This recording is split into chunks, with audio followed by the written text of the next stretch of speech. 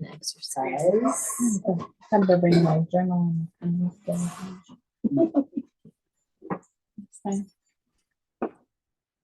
Hey, there is a seat over here. If anybody wants this one, we'll save that for the next person. I want to be able to see your whiteboard that you're going to write on. Okay.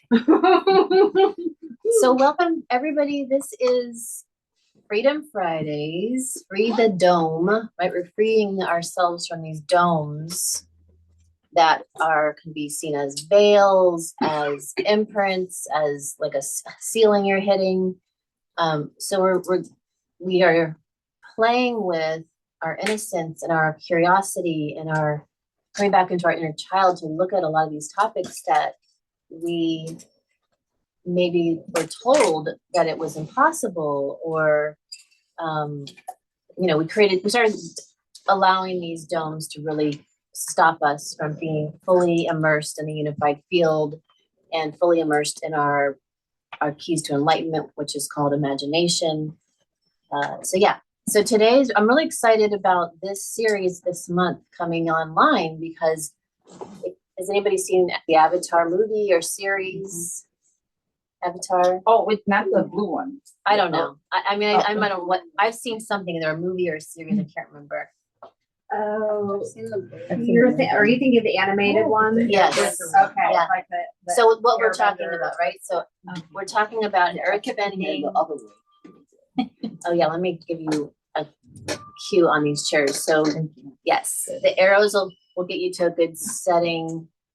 If you go zero gravity, you'll probably be out and not be able to really pay attention. But we usually, when we do anything here, I do like to at least put us through some kind of guided meditation, and at that point, it's awesome to lay back.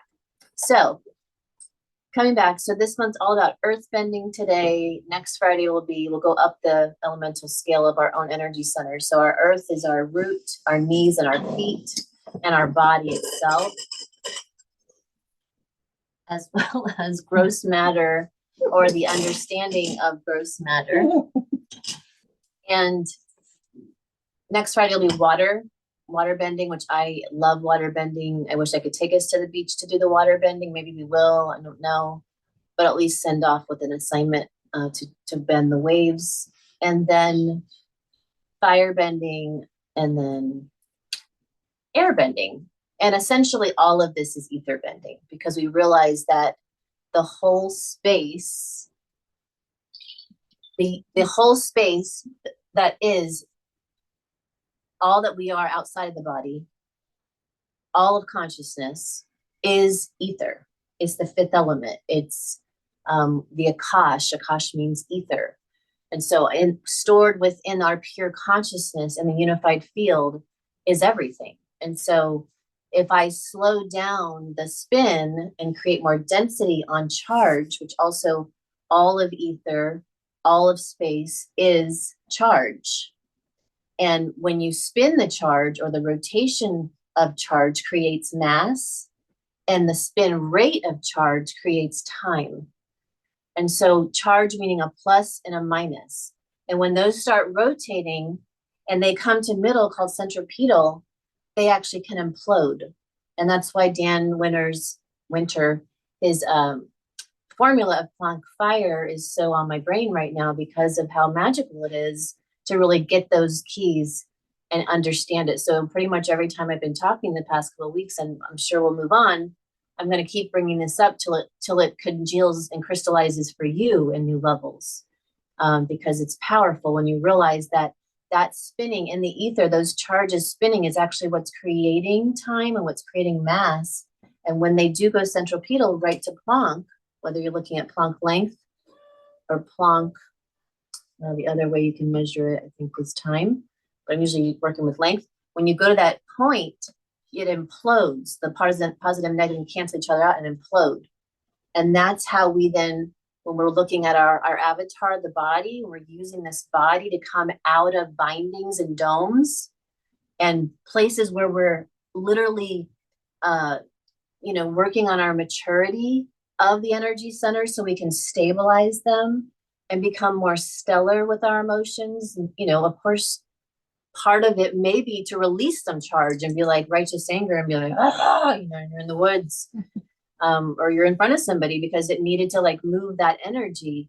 But ultimately, as you evolve or come back into the true you, this huge being that you truly be, out of these stories of the incarnation, you learn to become like, you know, a master, a monk, a beautiful, radiant starlight being that you are, that is stabilized at each energy center and can witness and hold space for somebody who else is discharging. And so that then you become this great gift for so many who can hold space. And sometimes you're meant to role play. There's a lot of times where I know, like, I really don't care anymore, but yet I know I'm going to drop into a character to help that other being in front of me go ahead and fully live it out and move the energy and discharge, right? So when we are finding those places in the lower, especially 3 energy centers, where we are entangled and bound, and it's keeping us from doing this caduceus, right? The medical symbol before that was actually just the sign of your kundalini rising from the triple spiral, I should say 1.5 spiral at your base of that dormant energy. When it rises and you're moving up the energy centers, it's golden mean ratio integers, and it gets smaller and smaller and smaller and smaller till it gets to right here at the pineal at Planck, and it implodes. Those 2 charges implode right there. And that's when we squeeze out back into the field of consciousness that we actually are. So we come out of all domes by getting back in the full array. And some of us, you'll notice where you are in the full array. When yesterday, I think it was, we talked about how, like, oh, in your meditation, you were actually looked down at your feet and you were a bird. Yeah. Right. So that's in the longitudinal array. You're realizing that you can drop into bird form, you know, or you can drop in anywhere, another version of yourself, look out those set of eyeballs. And really that's kind of like bilocating, being at 2 places at once. But essentially you are everywhere. And there is some ethics with that I just want to bring up on a side note, that, you know, dropping into other individual souls, central channels without permission is not really necessary. But someone would say, well, we're all one. Why does that matter? Well, as you're maturing up your energetic ladder, there will be a time that, yes, you actually can be omnipresent and actually realize you're all of it. Does that make sense? Mhm. Okay, cool. So coming back, so where you're finding in these first 3 energy centers of usually around survival issues that you're still maturing out of because you bought into the dome that said, you're going to die. You need to cling to this. You need to, you know, you need to survive, when actually you didn't understand that you were this eternal being that is perfected, that when you're in coherence of your feelings and your mind, that of course it always fills in the gap and the thing arrives for you because you're it. You're actually all of this. And of course, you're always going to take care of yourself and bring yourself what you need.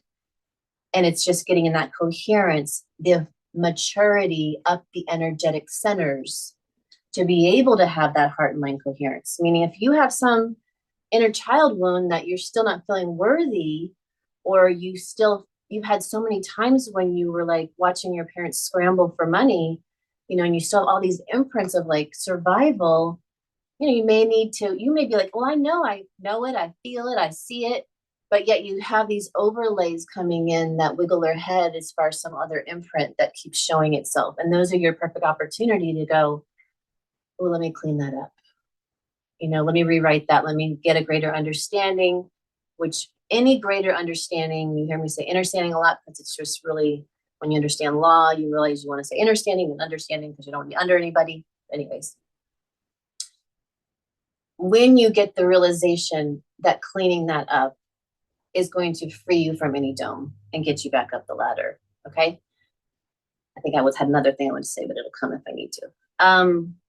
So earth bending. So earth bending, first, just what does that mean to you? Let's just get a round table. Your name and what does earth bending mean to you? It's about bending. I don't know. I sense maybe it means changing the physical form of something with your mind. Cool. Changing the physical form of something with your mind. There's no wrong answer because you're the brilliant being who has this curiosity to even say what you think it means. Lestiel. For me, I just feel that you visualize it and it appears. Okay. That's what I think when I see it here. Right. Like because you're able to blueprint it and see it and visualize it, it's going to gross matter in the earth, Yes. lowest density Once you appear. Once it comes to your mind's eye, then all of a sudden it's present. Got And- it. Okay, cool. I'm Shannon, and for earth bending, it to me feels like the inner power that we have to create and bring forward what we're calling in. I mean, I know some people say it's manifesting, but when you think of bending, it's like moving and transforming to fit my best. Yeah. My highest. Awesome. I'm Heather. I think earthbending for me is recognizing that the earth itself has its own frequency and tapping into that and manipulating it the way that to do all those other things to create an outcome that I already have in my mind. Right. So bringing it down and grounding it. Yeah. Yeah. Yeah. That frequency exists. So rather than trying to make Earth something else, Yeah. I'm getting into that frequency that already is, but then shifting it to the outcome that I have pictured or visualized. Hello, my name's Margie, and agree with everyone's definition. I thought of it when I saw the title Mhm. as just to the ability to facilitate a change, the ability that I have to facilitate a shift, change, literally anywhere on the plane. Cool. My name's Kay, and for me, earthbending is pretty much everybody's perspective. And what I keep hearing is like we can create heaven on earth and have earth shift its vibration as long as we shift ours. Cool. So, Earth being that most density, and so the rotation of spin that creates that density we call Earth form, usually looking at the natural world. So what we want to look at with the natural world are where are those places that we really want to be able to easily earth and then bend, meaning manipulate, facilitate, control. I mean, it's more of like just getting an alignment and allowing that to already show itself because it's perfected at the earth plane. So seeds, right? Learning how to grow a garden. Does anybody here grow a garden? But I want to. You I'm want working to. on some tomatoes right now. Tomatoes, yeah. Mine's all flowers. Flowers. Yeah, Jeff does the vegetables, but Okay. mine's all flowers. Yeah. Everybody have garden experience at some level? Yes, plants. Yeah, plants. Yep, good. So to be able to germinate seeds, we have to realize that the germination of seeds happens when the sun is hitting them, is causing an implosion. It's impregnating with that light. So what keeps us from having the sun touch the seed all the time, 24 hours? The moon. The moon. So the moon, essentially, I was looking up some research with Dan Winter, and I may attach it into the comments, the things that I recorded, but the moon, with looking at some of Dan's theory or his alignment into a theory, is that it was actually placed here by the Andromedans and that it's hollowed out in metal inside. So there's that. But ultimately, if something gets in the way of the moon, it stops that longitudinal array, which is that perfected ray that can come down and cause implosion, right? So it's able to go through the the integers of golden mean ratio, which is how all the natural world is imploding here and is germinating, is growing, including us. So when you have that light, if you didn't have the moon, you would probably have what if you looked at or seen any of the theories, or there's a documentary out that was awesome that showed the giant trees that were around. So let's say the moon wasn't here prior, whether you believe in that theory or just that it wasn't there yet, because sometimes there's other theories that moons kind of come off of from different type of heavenly experience or interactions or collisions. So if the moon wasn't there and these trees were like huge giant trees, and in the documentary, I'll again try to find it, they showed that if you really look at the mountains, that they're actually cut down large trees and they're petrified,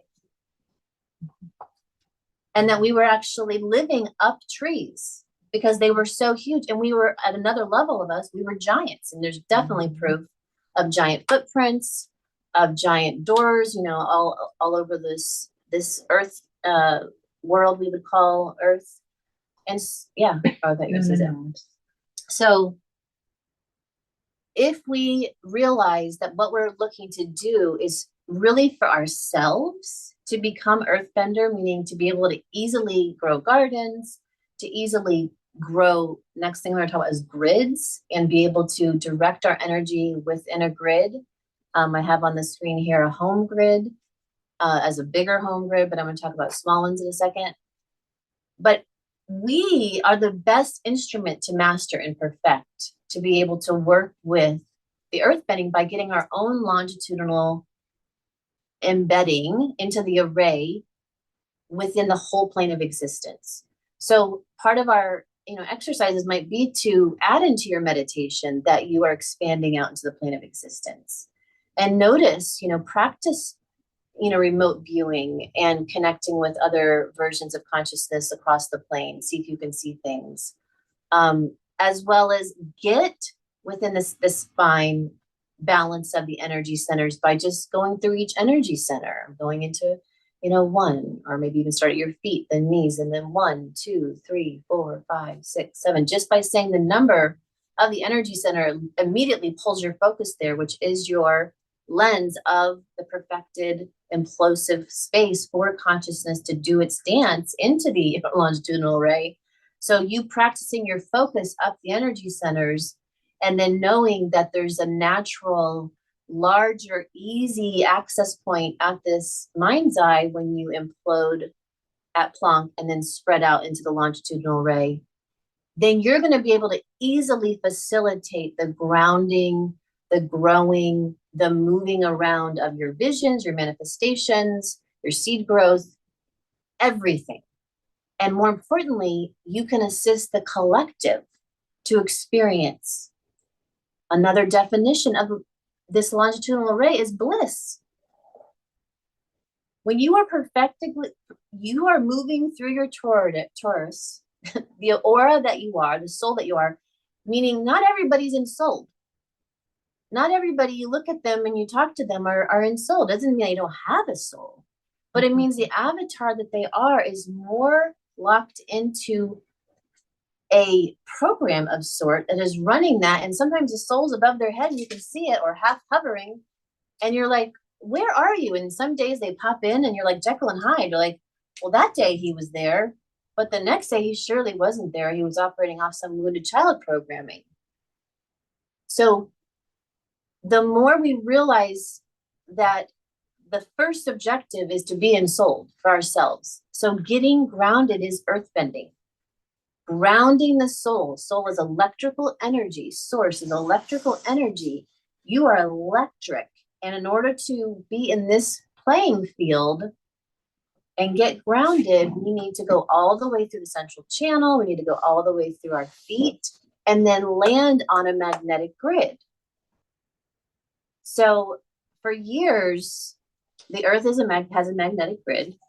For years, when I was in my early 20s and I started actually getting the downloads that I'm supposed to be doing what I do today, I was talking about ascension and leading groups. I was doing cranial sacral with children, and the body stopped talking to me when I would talk to the children's body and their family's body with my hands on them. and the soul started speaking. And so I'd come home after work and I would just sit and meditate in my big room and be like, what do I do with this? And I started getting all this information about you're going to teach ascension. You need to start focusing on the Earth Star and the grounding point, and we need you to actually, as I went on in this listening within, I was also a yoga teacher, and I would get dizzy at a certain point where I would ask the class to ground their roots of their tree into the earth. I started wanting to vomit, getting dizzy. And I'm like, again, coming home to my station, like, what do I do? Consciousness, soul, what do you think about this? And they're like, we need you to lift the Earth Star. We need you to actually hover on the planet for a while. Well, I didn't know hovering on the planet for a while was going to be like, I don't know, 20 years. A while, it's relative. Yeah, right? It is. It's like a drop. So when I look at what I'm telling you right now, hey, you need to get grounded, you can still ground through the avatar at different, what I was shown at different frequencies. What I was shown was I would lift the Earth Star, magenta point of light from the earth. And I wouldn't do it. I would say, consciousness, where does the Earth Star need to go right now? And I would see it go over, right now it's going over my mind's eye. But at the beginning, it really started for the groups and myself, it would really hover over the heart. And that would just show us that we were more centered, more balanced with the frequency of the fourth plane, fourth density, and of the heart itself, our energy center, I should say, not the heart, physical heart. And that at different times, even we've done it here a few weeks ago, like it might jump, like you might start, like the room started feeling really wacky a few weeks ago when I brought this up at Soul School. And I was like, okay, everybody, ask if your grounding point needs to be adjusted. And we all adjusted, and the room felt amazing. So let's just do that exercise right now. Well, wait, Yes. can you give us more information about the Earth Star? So you threw in their magenta point of light. Okay, So all right. what else do we need to know about the Earth Star? So when you impregnate the earth here with your arrival, Mhm. and you ground here as a being, there is a access point into the earth that is seen and called as the Earth Star, about 1 foot to 3 feet into the earth. And so that's a theory. And that Earth Star, like I said, the theory I'm talking about, I haven't heard anybody ever talk about this. So is it true? Everything's true that you believe, and everything's true that you think. And has it worked and helped me and many? Yeah. So does that help? And the Yes. reason we called it magenta star is because I didn't know what Earth Star. It didn't tell me it was an Earth Star. I just saw this red thing in the ground. And then later, after researching, I'm like, oh my God, it was Earth Star. Like that was. So, but if you look at my earlier books manuals that I wrote, you'll see magenta star, you'll see Earth Star. So just right now, notice, ask your consciousness, there's no wrong answer. Ask, where is your Earth Star right now? And if it's not in the earth, it could be along one of your energy centers, could be above your head. It could be across the plane of existence.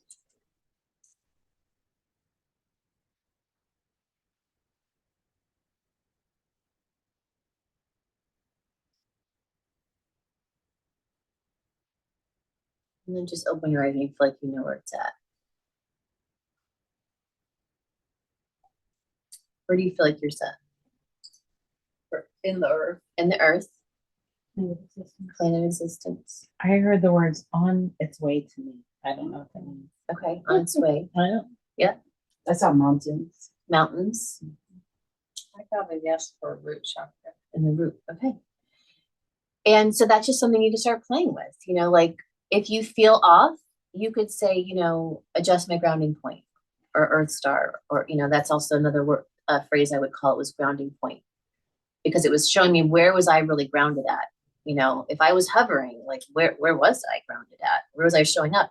And that also showed me that why a lot of the centers, including this one, back in the day, including now, people wouldn't find me unless they were supposed to find me. I was like vibrating at a different density. And even leading ascension groups, I can remember retreats where people took photos of me and I wasn't there. So, again, like, where are you centered? Where's your center of gravity at? And maybe not so much center of gravity, because I know I just studied a new definition of that, but you see what I'm saying? Where's the super concentration of your essence showing up at? And visible too. So with earthbending, it's about being grounded. And so we're just adding that little bit of a side note that there could be something that you go through these adjustments, but ultimately of where your center of your concentration of your soul's essence is, majority. I mean, there's probably still some in the earth. There's probably still some way above your head, but like if you did percentages, maybe if you saw it over your mind's eye, it's like 90% of your soul, soul's essence was vibrating at the 9th density, or over the 6th density if it was mind's eye. So, but coming back to more simplified definition, earthbending, getting grounded through the soles of your feet, putting your feet on the earth, laying on the ground. You may, Mama Kay had an awesome idea to get these tacks years ago, copper, to ground herself because she was hovering. And she kind of still does hover. Don't you think you hover a lot? Like she barely wants to take her shoes off. But yeah, she's very grounded, And so you could put these copper, I do suggest if you do get some of these, that you kind of pound out the tip, because when I put in my shoes, I could feel the energetic like sharpness towards my foot. But there's this type of grounding if you need to like kind of create some sort of assistance for shoes being grounded. Your thoughts are so powerful, so you could or recode that all your shoes are always grounding, that even if you're wearing shoes, you're still, the array that you be goes through infinity, through anything that you need to, and you're always grounded. Those are some things that I've done. There was something else. Oh, so Hannah's not here today, but Hannah was adamant that something came up with the copper, because we're doing a lot of experiments with copper through the last few months here, especially. And because copper runs electricity, spirit, through it, even when it's just a loose wire like this, you don't need anything to actually power it. It picks up the ether itself and runs it through it.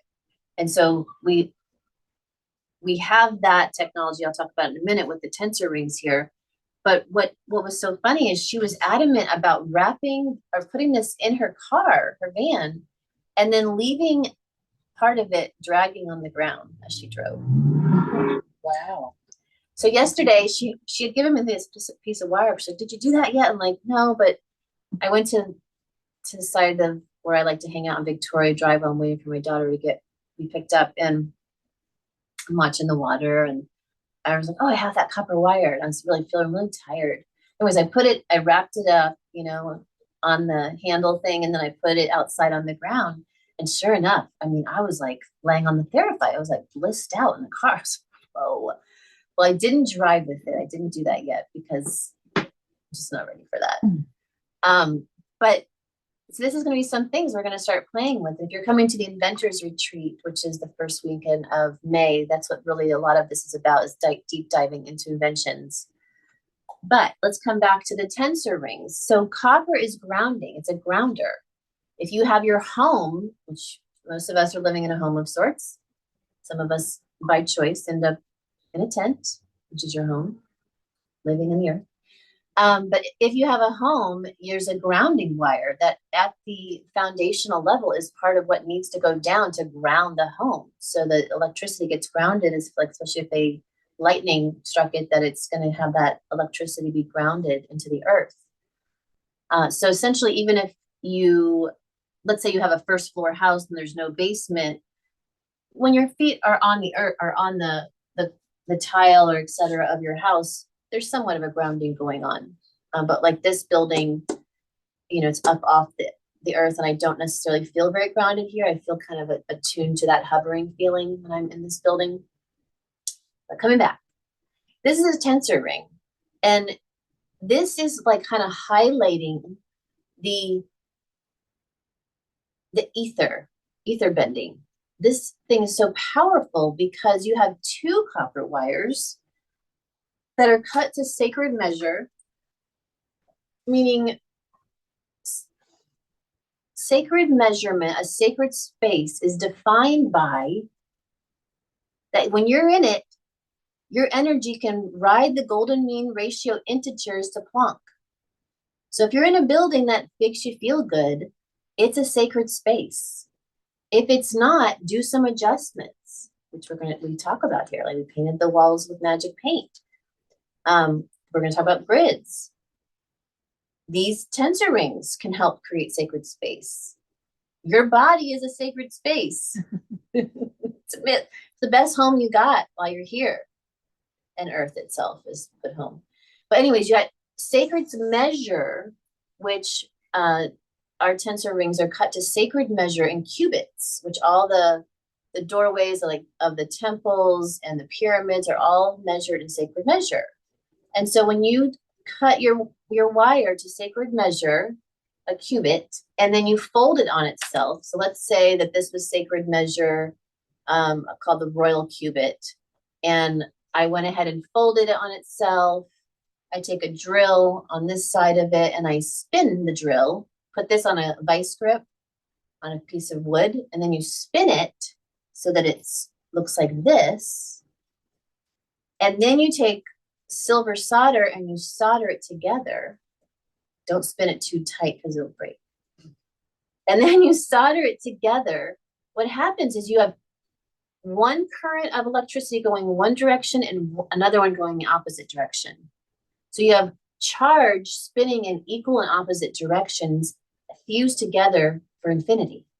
So what happens is it creates a tensor field of heavenly energy, a white column of light, infinite energy pouring into your space. As well as when you sit in it, you get balance, like you three are sitting in a tensor ring right now. All the water and the blood gets balanced and restructured. So all of these things are, again, if earthbending requires you to get it, that you want to be inhabiting the longitudinal field so that you can facilitate bliss, you're holding all the consciousness at large, you can grow seeds really easily. What else can you do really easily? Manifest. I'm scared of growing seeds. I don't know why. I have like I've bought the seeds, I've bought the soil, I've bought everything, and I have such an aversion to it because I don't know why. Can you Ask within, since you're in the presence of all of us, just ask.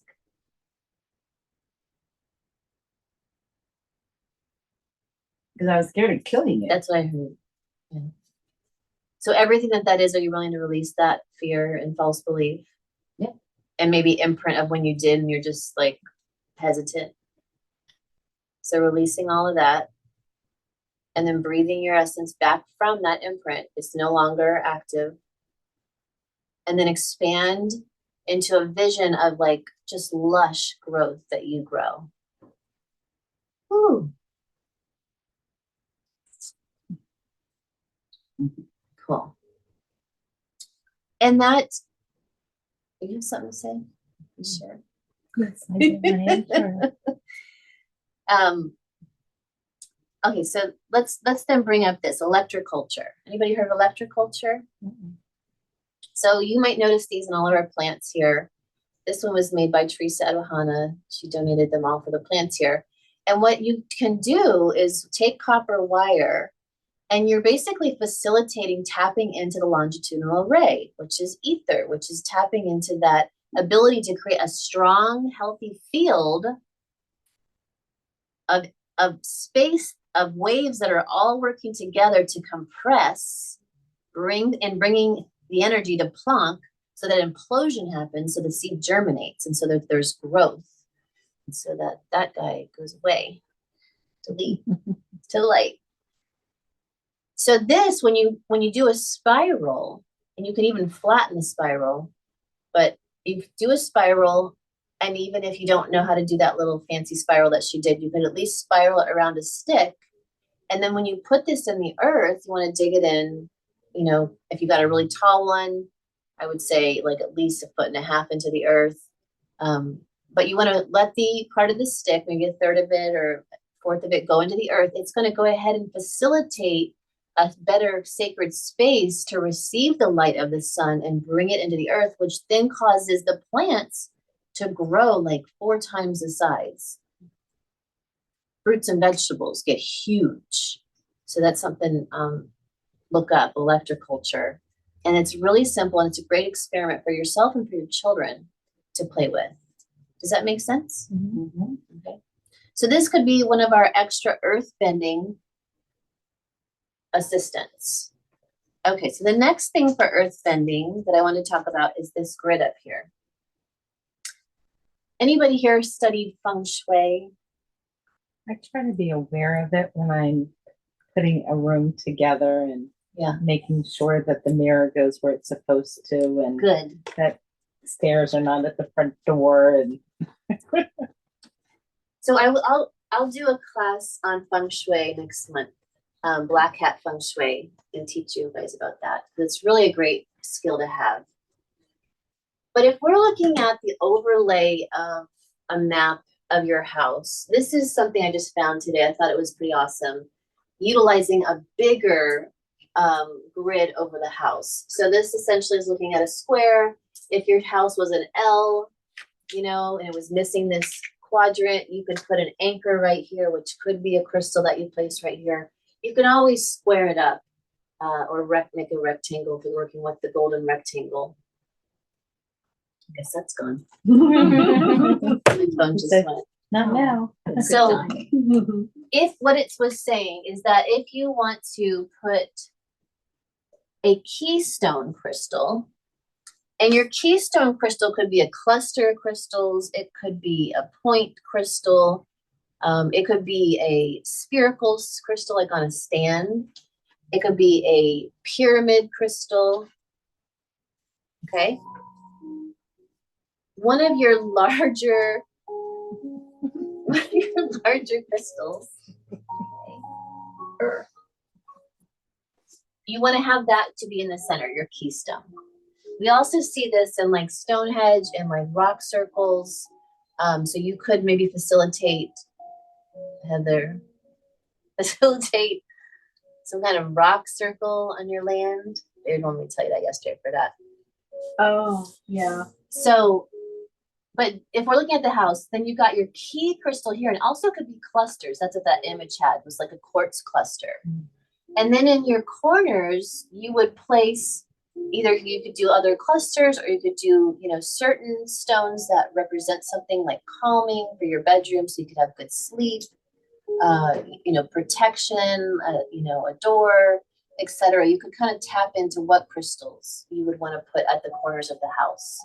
And on that demonstration, it actually had more of like a one point crystal to actually direct the energy towards the cluster.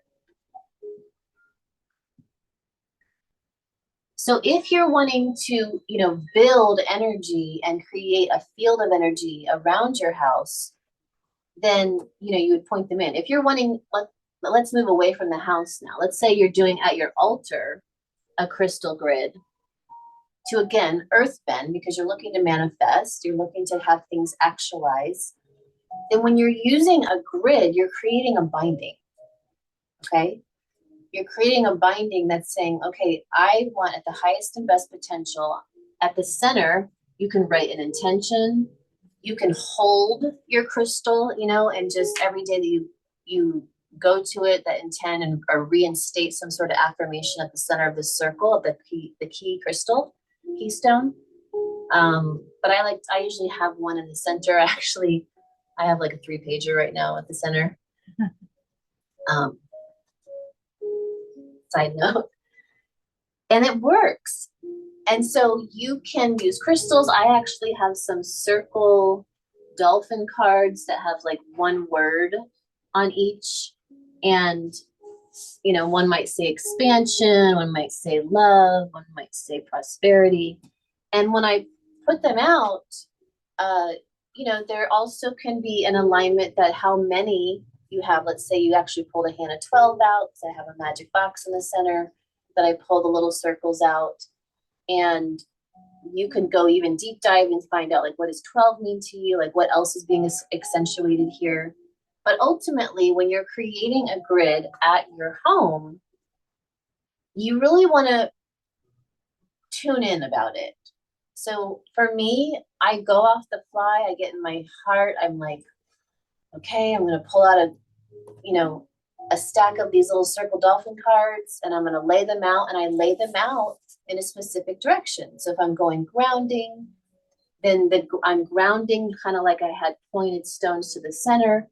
If I'm dispersing, then I go counterclockwise as I lay them out.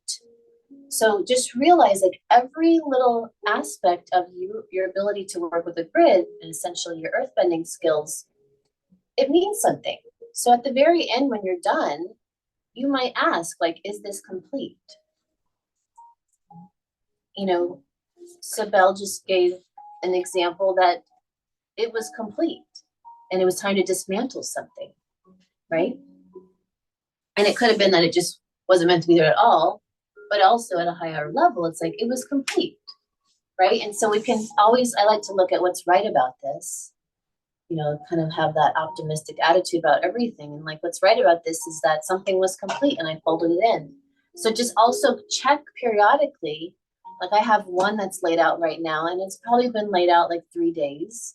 Some will last months, some will last a couple days, some might last a couple hours. It's like, it's done.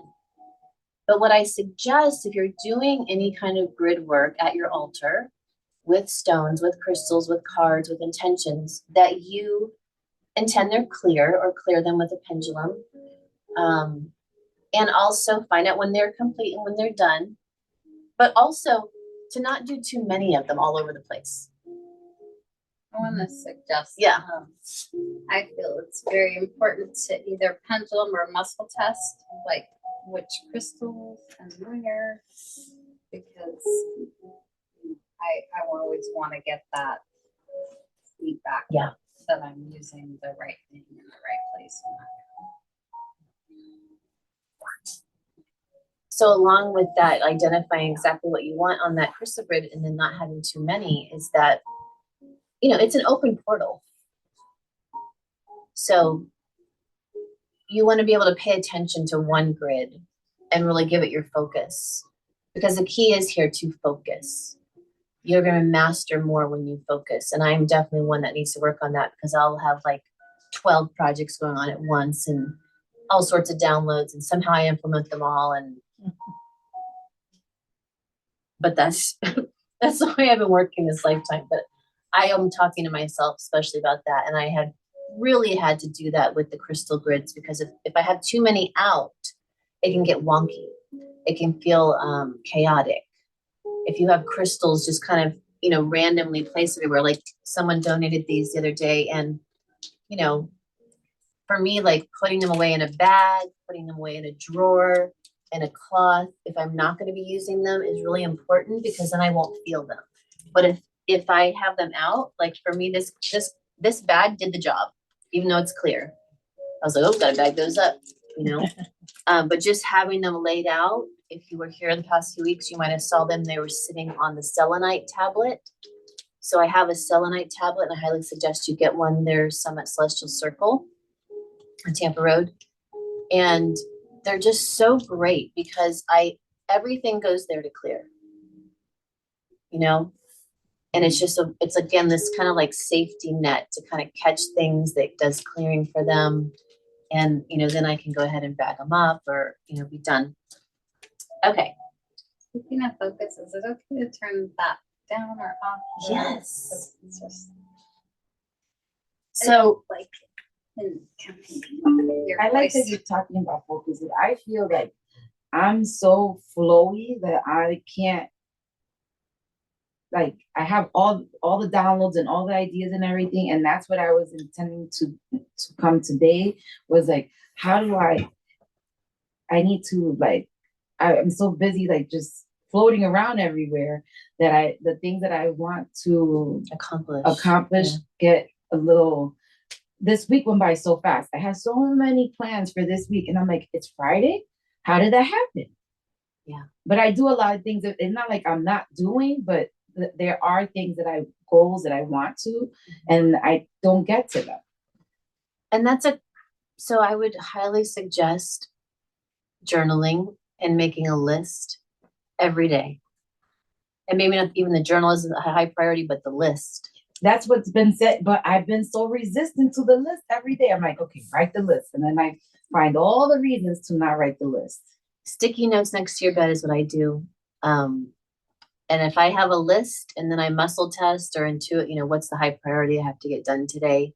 What should I do first? And then at least that kind of divine masculine brain and strategy, I do get things done that were like top of the list, high priority. And then the rest gets put on the back burner to the next day, and I have running lists. I actually have running, like probably 4 running lists on my phone right now too. Any other suggestions for anybody to help get things done? Well, my husband sends me a list every day because I don't do it. So he sends me. Maybe that's what you need to clear.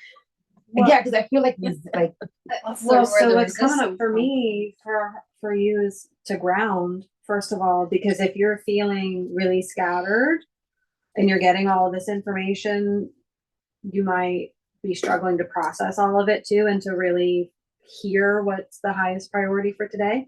But the other part of it too is if you're going to make a list and you have more to accomplish than you can in a day, and this is good for you too.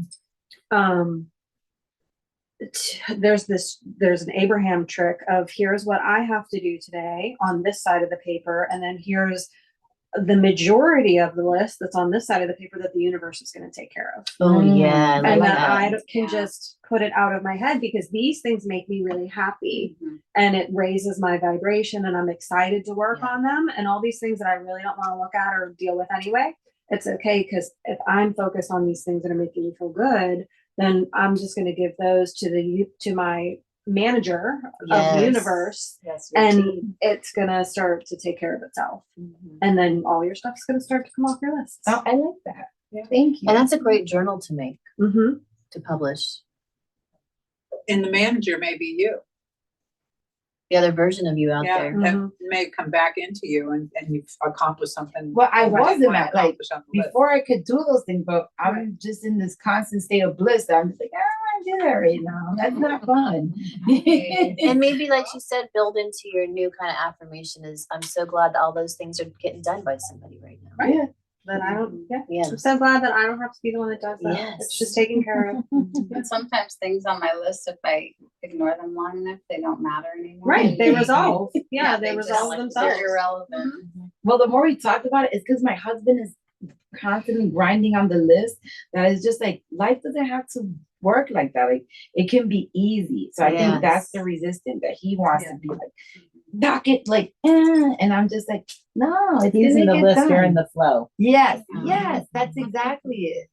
That's Well, exactly it's the difference between our program for being action oriented instead of ease or flow oriented or energetically oriented. Mhm. That we're in that mindset of, if I'm in the right headspace, all this stuff is just going to work. Mhm. And most people in the world are, if I don't grind it out Yeah. and churn, nothing's going to happen. Yes. And And- what's the last thing that happens energetically? Is it a high vibration or a low gross matter vibration? What happens last? For me, I just feel Energy like or gross everything matter? I just feel, but then it's just, In life, you mean? Gross matter. Gross matter, no, well, that's gross matter is the last thing that happens. It was a thought first, right? So ultimately, everything is already done. Yeah, which is why us inhabiting our entire spine and then the whole field is so powerful, because then Abraham's techniques are just like boom, boom, and you are the master of that flow. And then all of a sudden you're so grounded in your body avatar and the earth and the whole plane of existence. And you just got synchronicity after synchronicity happening, because you are literally flowing into those golden mean spiral synchronicities. And so hearing you direct and it hits me, and I'm like, wait a minute, that's me right now. Like, everything that in my world has shifted, and there's a very, very concrete way that everyone wants me to go through a list of jobs and security and the insurance and all this stuff because my marriage family changed. But my flow is I'm going to take care of myself. I have my health. If everyone's list comes at me, it's almost like I don't want it to affect me because my flow is so important and it's carrying me that all the other noise, I'm like, I have to like hear my dad say something and I'm like, okay.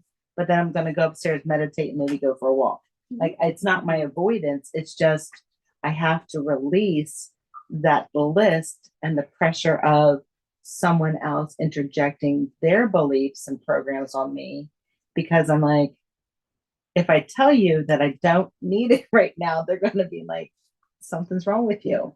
So I just hear it. And then I go for a walk or I sit outside or I journal. I do something that brings me back to what I need to be. Yeah. So You're holding space for them to say what they had to say, but you just, Well, and So thank you you for know sharing, what 'cause your it made me reality think about is.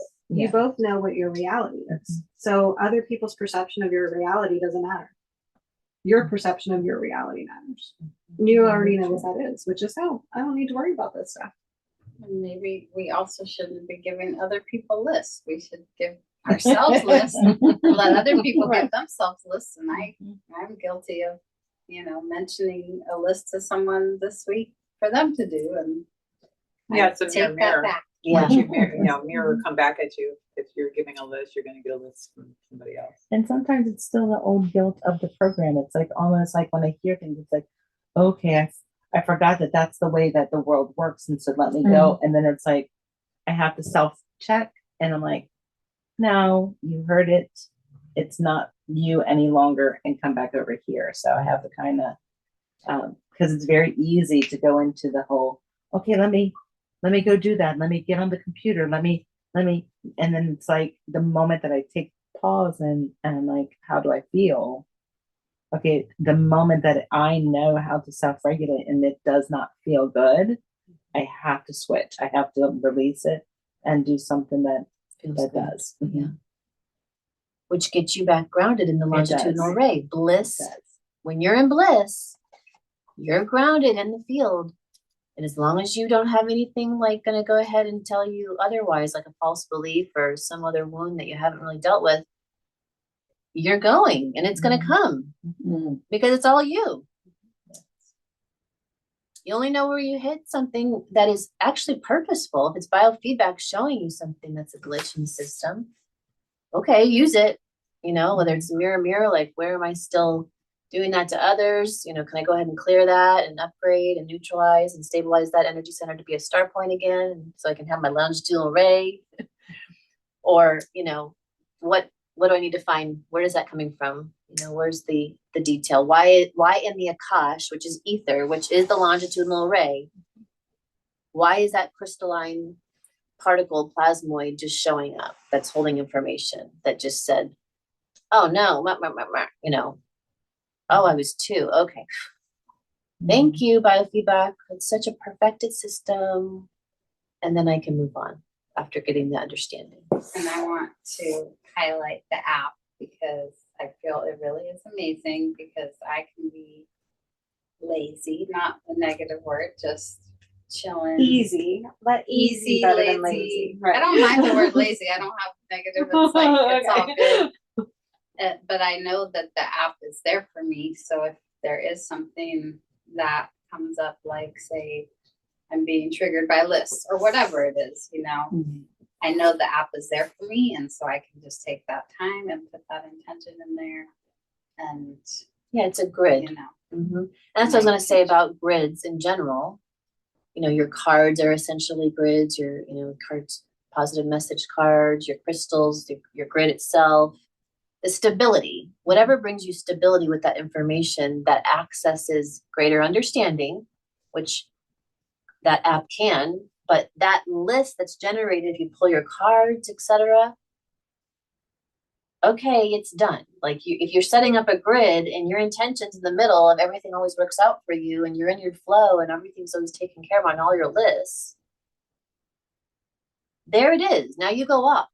This is holding the grounding. This is holding the earth in place. okay, I got that So you're saying the crystal grid with like the oracle cards Mhm. around or whatever it's like the similarity with the app, that it's something you can place whatever you want to place in to deal with it. to Yeah, this is handle it. dealing with a lot. That's why sometimes when it's done, it'll say like, you'll ask, I need to fold that grid in. Yeah, it's done. Fold it in. And a lot of times if you did have an affirmation or an intention inside it, you'll notice it's already done. Like, so it's done, like move along if it was something like specific you needed accomplished. So it's holding in the ether, it's literally expanding out whatever is written on there. And in this geometric pattern, it's expanding out vibrations of tonal word, that actualization. So it's bringing it to you because it's holding that vibration. Mhm. That's why I also wanted to bring up, journals. Speaking to Mama Oh, Shannon, that when you write in your journal, if you have woes in your journal from like anger or sadness or noticing stuff, find out if it's time to take it to the burn pile. I have mine. Okay, good. Well, because we have the new moon on Saturday, so every time I'm journaling, I have a separate sheet of paper and I'm writing my releases and I'm just stacking them, and then that is my Monday. Yeah. I put a pause on them so that way once they're out, they're not like still lingering around me until then. Yeah. But And that's why our new level of journaling comes about, all of us, is that we really only write because writing is a binding. It's a curse and a spell. When we cursive, it's a curse, and when we spell, it's spelling of a binding. That's why it was created. That's why your unconscious documents that are sitting around, like, get rid of them or reprogram them. What happens if you're a really bad speller? Is that there's something? Then you say my spelling is perfect, and you just re-identify what I'm So saying. you could do this writing and the spelling of good things. Yeah, actually. No, but I'm like, I'm is there sorry, something what'd you say? connected with the You can spelling? do the like writing and resistance to learning the how to spell spelling. properly? Of I good things, purposely of what you misspell want. words. Right?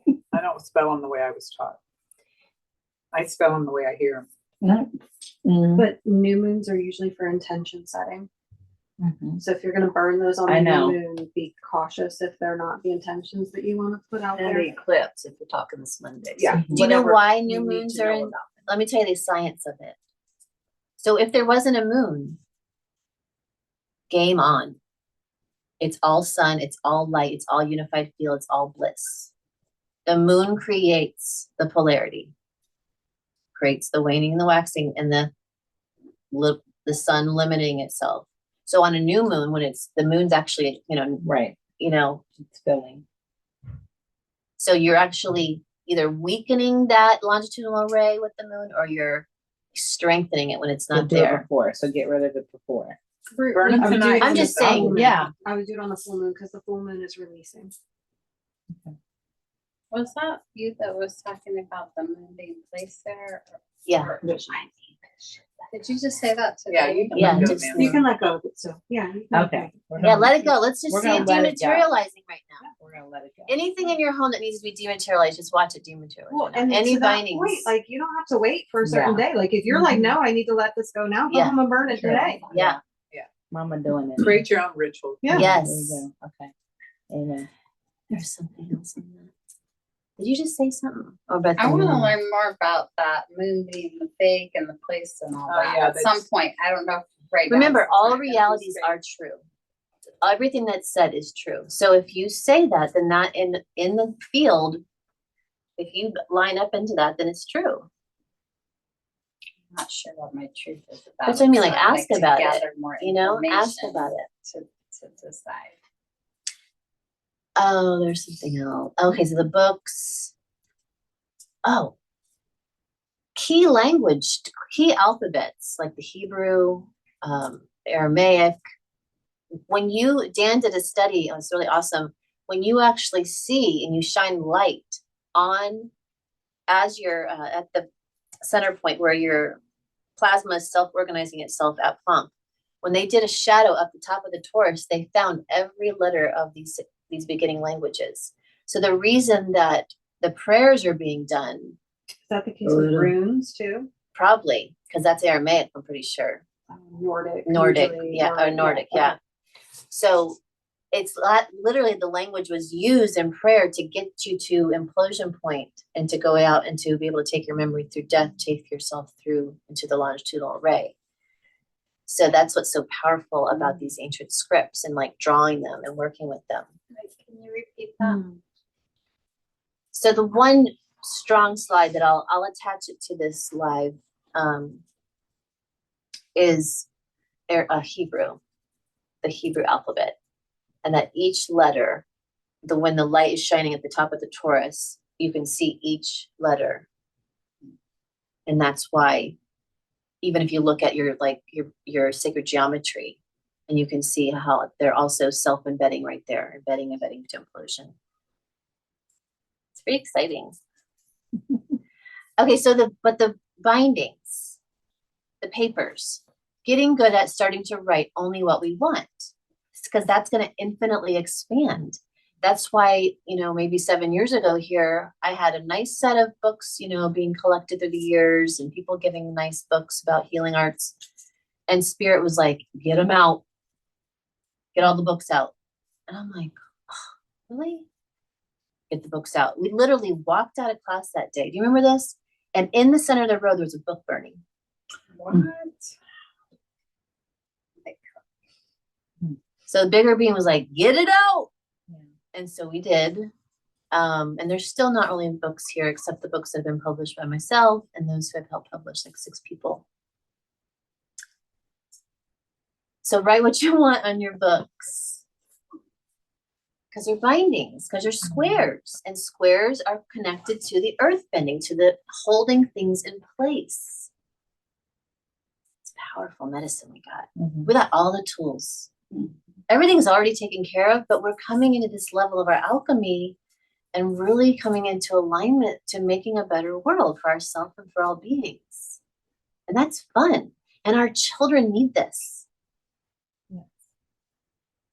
We have got to restore our own inner child and their willingness, or not willingness, but their connection to their curiosity and their imagination. Okay. Let me make sure I talked about everything I wanted to. And we'll do a meditation. So getting grounded, super powerful. Start your day, getting barefoot, lay on the earth, go to the crystalline sands if you like the crystal grounding. Just make it a practice to really breathe through your torus every rising, getting grounded and knowing that as that grounding takes place through the totality of your field, your spine, that you have such a high potential to stay in your bliss, to have things come into synchronistic order a lot quicker and easier. And then if it feels aligned, to do, an external grid. Some of your grids I was getting to was maybe outside. You may choose to even I've taken like just rocks, like tumbled rocks, and they're powerful. And I didn't put any piece of paper on it or anything. I mean, I was making money for our group doing the flower circles. Okay. I just need to do the intention and the keystone. The other day, I had to clean my house, did my sage, but I have rose and clear quartz in my windows of my bedroom, everywhere upstairs, everywhere downstairs. That's my flow of space. I just know I need to do the middle, and I know exactly where that would go, but I'm working on remembrance of self-love and compassion in my home and for myself, so that whenever my body flows into a room, I can be reminded of it. So I wrote down that I need to do the middle, the keystone. Nice. And remember, if you do it an external, or not external, but a grid along the perimeter of your home, also check that, is it time to fold that in? And what it does is it accordions, it's like a spider web. It brings all those imprints when you fold it in and kind of cleans the space. So usually after someone comes for soul work or something, I'll check at the end of your session and say, is there anything at their home that needs to be done? And a lot of times Spirit really wants all the crystals to be brought in, cleansed, and then reset. because you've changed, when we change so much, like which essentially soul work can do, a deep meditation can do, guided meditation, you know, things shift, and so may your grids, because they really are holding this kind of like external extension of you. Yeah. Cool. And what time is it? Because my phone died. 2:03. Okay, so let's, Wait, what were you saying? I missed it. Oh. What were you saying about blocks? You said something about blocks, or somebody said something about rocks. rocks, maybe? Is that what it was? What was Just it? like that, doing an outside grid, Okay, even with some tumbled stone that I've done. okay. Like I was asking before COVID for like a prosperity method that could help everybody here at the center and those that we were connected to in community move into a new way of working with money. And the group, I don't know how it all came about, but it got brought into our awareness that we were going to do these flower circles using the elements of 4 elements of fire, earth, what we're talking about right now, all 4 elements. And this flower circle used the elements and a grid to go ahead, and the outer fires, the 8 fires, would donate $500, and all 8 $500. What's 8 times 500? 400 or 4,000. 4,000. So then the water in the middle was one water, got to receive that money. And then the waters of other flower circles would all move to the outskirts again. And then the earth would like lead like group talks here and there for us. Anyways, the circle kind of rotated in and around itself, so that you were gathering new fires of the people who wanted to donate 500. And then you just kept rotating every few months and receiving the outcome of being able to sit in a community like that and hold space. So as that came about, I was just working with stones outside. And it, for me, that was in my reality, brought all that about. So I'm just saying, like, you don't even need a big like piece of paper. You just have this strong intention, but realize when you place those stones down, you know, you becoming aware that you are this powerful being, always have been, always will be, and you are holding the longitudinal array. Like everything we do is so powerful, but how we're interacting in space. I have Yeah. 2 points. One, when I do my grounding and I think of the Earth Star, now this could just be one thing I learned, but yet still part of a program. Yeah. I thought that the Earth Star, I mean, I've always, a year or so I've been doing it, but that it's platinum. Is that? Probably, that's what I mean. It's probably just some school, which is awesome. There's no wrong turn about it. Yeah, but it could really be anything. Yeah. And it's really what to you. What is it? That's- What do you see? You know?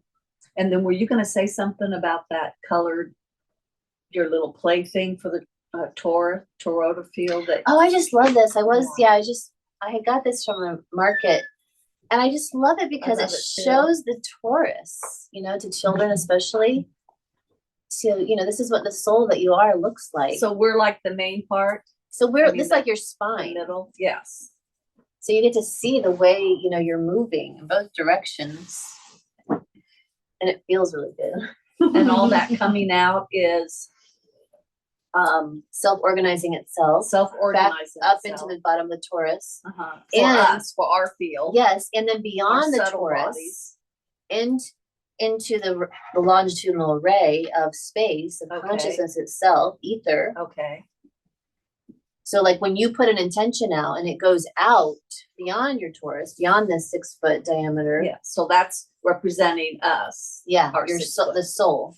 Because when I watched your video, when you had that a week or so ago.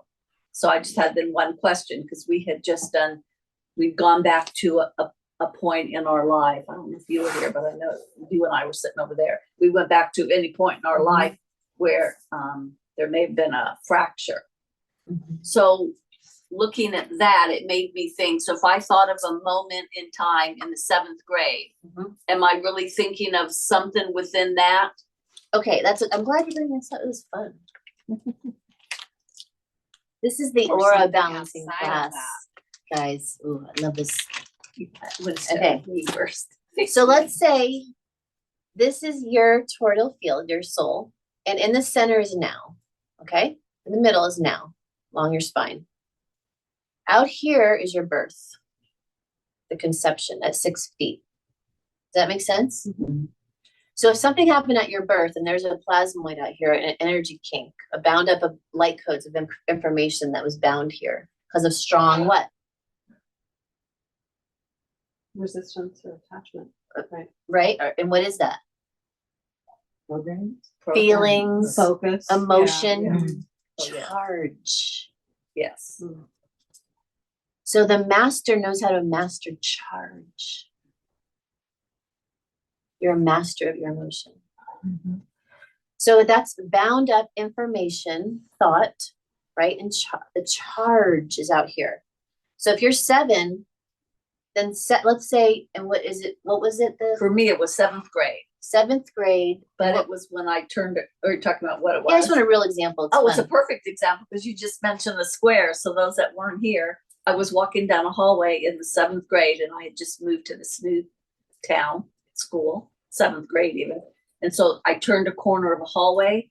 There was a square sign that said, "Vote for Margie." Well, that vote for Margie wasn't me. It was for someone else in my grade whose name was Margie. I interpreted that as there's already someone else here named Margie. There's probably not room for me. Now, I'm not thinking this as a 12-year-old, Yeah. but in hindsight. And so I allowed that to let me take a step back because there was always already someone there. But that moment was captured on that sign, Right. on that square. And then you redefined it I with a new redefined it, understanding, a new yeah. understanding, which is, so it's always in the what the upgrade. Yeah, the upgrade was that, oh, look, that's me. I mean, I saw a healed version of me, as in not another Margie. I saw it as me, Margie. Yeah. And it had nothing to do with her. It all had to do It with was another me. version of you. Yeah. right? Yes, Vote for yes. Margie. Yeah. Exactly. And instead of only seeing it as Separation. Yeah. separation, I saw it and it became. Do you feel like it was on the left of you or the right of you, in front of you or back of you? It was in front of me as I turned a right corner and I faced it. Okay, so that could be masculine on the right side of the brain. No, the right side of the body and then left side of the brain. So let's just say we're just for this example that she was around 12 years old in 7th grade. So, you know, if you've got, let's say you're 40, you know, and out here's your conception, your birth. Well, if this is 12 years old, if you're 20, it's more halfway. If you're 40, then that energy that you're looking at could be really close to your spine, more inside the body. So when you're just looking at plasma and how it kind of bundles itself up, it's like a tree rings. And where it happened, where that density is kind of heavy and coiled up. Oh, that's funny. There was no charge on that, but somehow this phone call turned it back on. You're powerful, wherever you are. There's all kinds of Mercury retrograde stuff happening here. All these electronic things going crazy. So once you get the understanding that that was actually another version of you, all of this comes undone and it comes back to middle. It self-organizes itself. She understands now, so it comes undone and it comes and reorganizes back in the Taurus. So that's the power of this work that we're doing and the power of us when we do have biofeedback that shows up, finding the conception point, 12 years old, so you can go, oh, no, we're done with that. Let me get a new understanding. And then it comes back through. And then Does that flowing. only go out the top and in the bottom, or does it go both? That's Both. what I thought. Okay, which is Yeah. really hard for me to visualize. To Yeah. be honest, And you can kind of think about you're grounding your essence back in, right? right, Or you're bringing something up from the earth. right, but it's happening simultaneously. Yes, absolutely. So does it always go clockwise? And then if I'm like looking at it front, it's clockwise and clockwise, and as I'm like that spiral, so that like as I would literally turn around, it would always be clockwise depending on what direction I'm facing.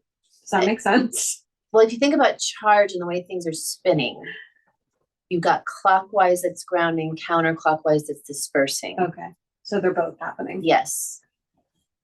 And that's why you're powerful. Everything you think, everything you say, it's like game on. And is the earth dispersing and the sun is grounding? Is that how you, what the two words? The earth is Just- magnetic, so it's dispersing, Yes. and the electrical charge of the sun is grounding. Yes, okay, Yeah. good. Good one. Powerful. We're getting it. This is a big topic. This, what we're talking about, all children need this. Okay. I just love this thing so much. I'm just going to go ahead and let's do a guided meditation. Go ahead and relax, get your relaxed zone. I'm gonna make this little mini grid for us, the highest and best.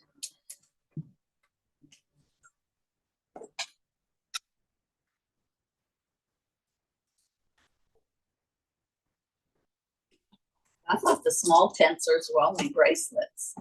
I'm gonna get some to put under my pyramids. And you can put them on your energy centers and they'll bring you to balance like that. Oh, Do you have them here? You saw them here? I'm gonna get another load. Oh, Right I was now I'm gonna making say 3 she did. inventions with them and I don't. oh, okay. But I will get some this week. I just talked to a guy on Okay, the phone good, 'cause yesterday. I want some too. So laying back, taking some really deep breaths. Align yourself with your hands to your thymus gland if it feels right to you. Your hands to your high heart. And really just attune yourself to a magical intention, whether that intention is I live the best life always, or it's something specific. Connect in with an intention.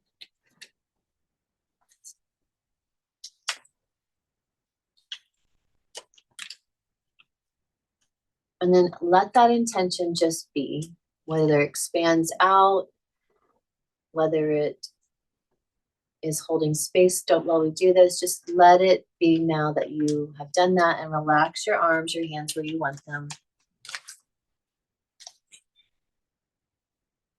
And we're going to go ahead, and as we take some deep breaths now up our central channel, take a second breath through your mouth to bring a lot of that into your heart space. And then exhale out your mouth, letting it all out.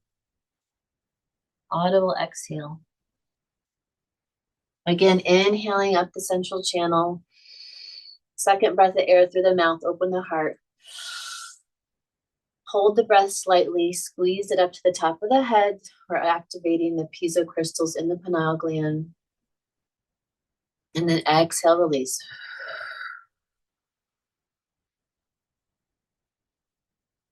Inhale again. Now we're going to count to 5. You're going to squeeze your root, your belly button, your rib cage. Number 4, you're going to open your heart. 5, you're going to squeeze it to the top of the head. Hold. And then exhale. 1, 2, relax your belly, your rib cage, your root. 4 and 5. Again, inhale, squeeze up. 1, 2, 3, 4. Take a step in. 5. Hold it slightly, eyeballs slightly up. Smile, exhale, release. 4, 5. Again, a few more. Really get that rhythm going. Activating the longitudinal field or the longitudinal array, embedding as you go all the way up to the top of the head. Squeeze and hold. And as you exhale on the next one, expand your awareness beyond the body, beyond your aura, beyond in front of you, beyond to the edgeless edge behind you, beyond to the left, and beyond to the right. As you expand omnidirectional, omnipresent through the field as the consciousness of bliss that you truly be. We're going to invite a blessing from the sun, bringing the love and the glory and the grace of sparkling light, crystalline light that activates all of our seeds, all of our wishes, our hopes, our dreams, our intentions of this now and all nows. And then the blessing of the receptivity of the magnetic grid of Mother, of Sophia, Tara, Gaia, Earth, Arya. Whatever level receptivity of the grandmother receives that beautiful crystalline longitudinal array, activating and germinating all your seeds, your garden grows. As that activation of germination, let your actualizations of your manifestations, of your intentions of now and all nows be represented by growing trees, flowers, fruit trees, vegetable gardens. Imagine this growth all taking place in beautiful golden mean ratio bliss spirals expanding, reaching back up to the sun. And the natural ebb and flow as those are completed, some of those trees, etc., flowers in your awareness, just watch how they naturally lose their leaves and they go back to the earth to recycle into fresh, rich compost. Upon that grandscape, omnipresent, omnidirectional view of this growth, go ahead now and see your intention that we began with actualized. Notice as many details that you can.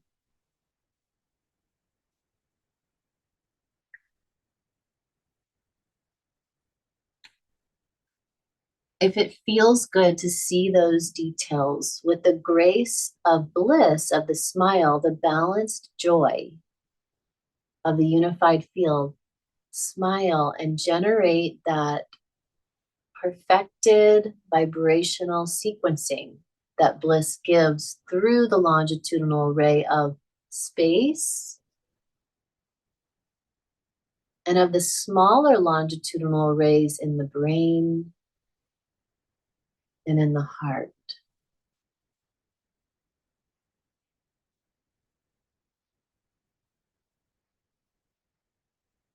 As you see those details and the expression of bliss vibrates and crystallizes them into a sequence that brings them into synchronicity,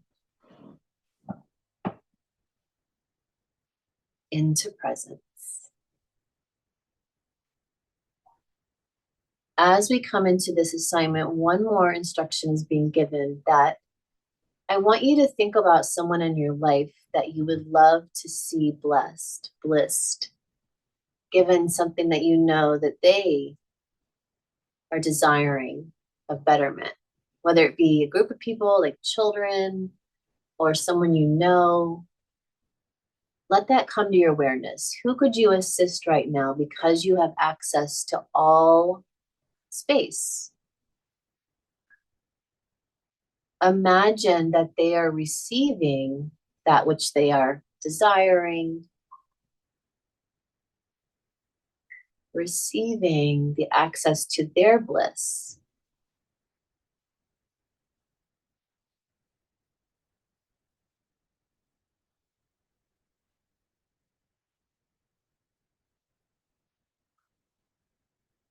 Even if that is them getting a better understanding of who they really are. Imagine those other souls smiling, radiating beautiful light, and their gardens growing around them.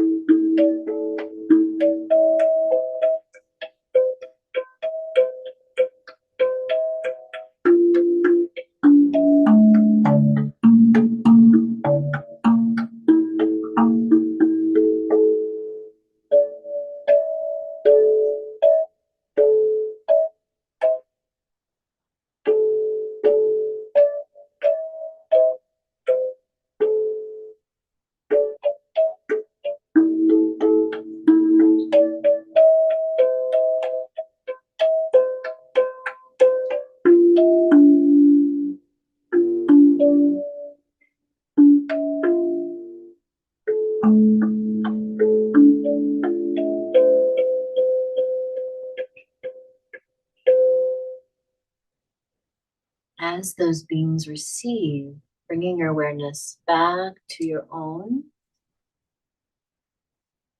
And as you're holding space and this omnipresence, intending that all that you desire is happening in the perfect time and perfect way. That your presence is the stability of this longitudinal space array to gift you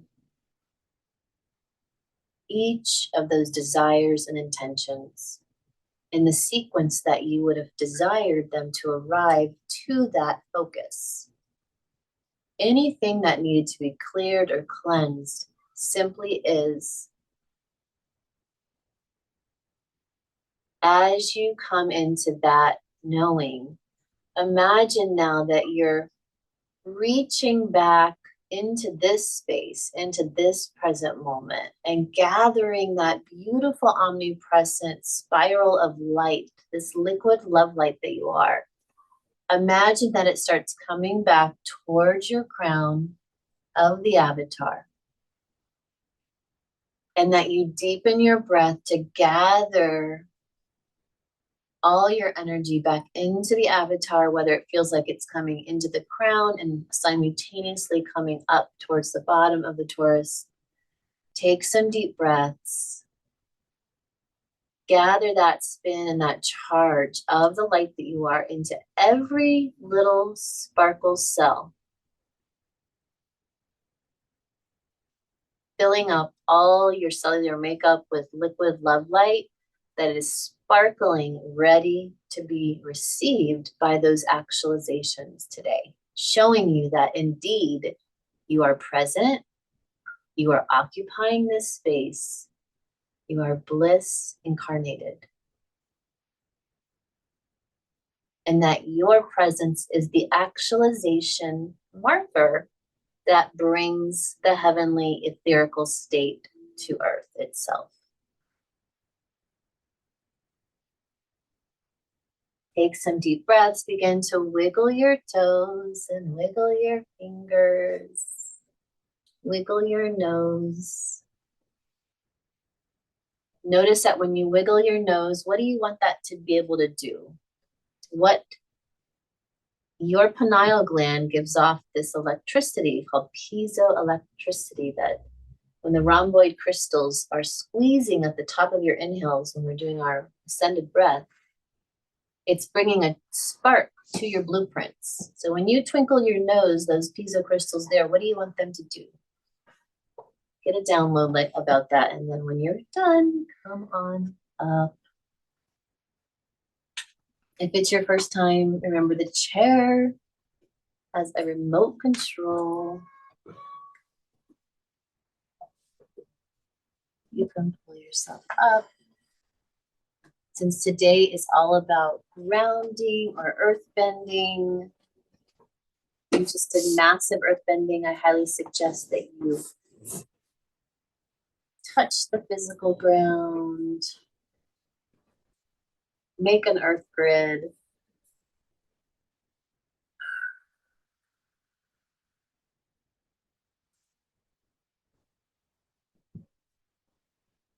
Does anyone want to share anything? Not, I completely understand. Bliss mode of stillness. Mine's just love, joy, and happiness is all I am bringing into my space and holding. I can't wiggle my nose, but I felt the sparkles. Good, thank you. Mhm. Love, joy, and happiness. Yeah. Anybody else? I had a visual of like my home, and like a garden, like a backyard with the garden and the trees and the fruits and veggies. And I've never really been inspired or wanted to do that myself in the past, but now like hearing you talk about it and just the wave that we're coming into, and if I had, partner to help grow and do all that. Yeah. He could do the growing and I can do the enjoying. Yeah, that's what I do. Yeah. So that,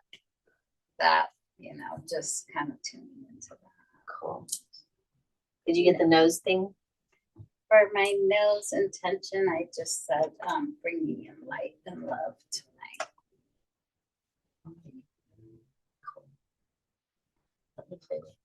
Thank you. Australia.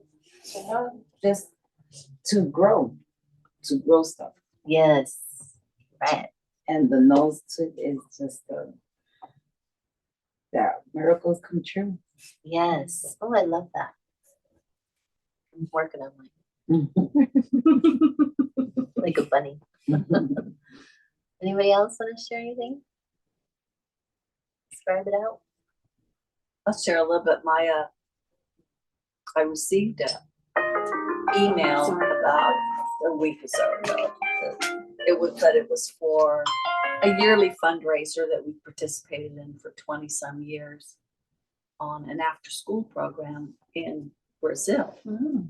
And, there's just, they have a yearly fundraisers in America, right? Because there's always needs.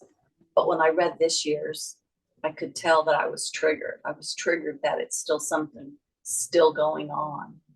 And, my first thought was, what the freak? Are there just corrupt politicians all around? The fact that there just is more needs again this year.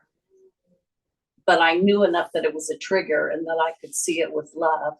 And of course, put it on my calendar so I know and I can call in, because I want to be able to give a nice donation.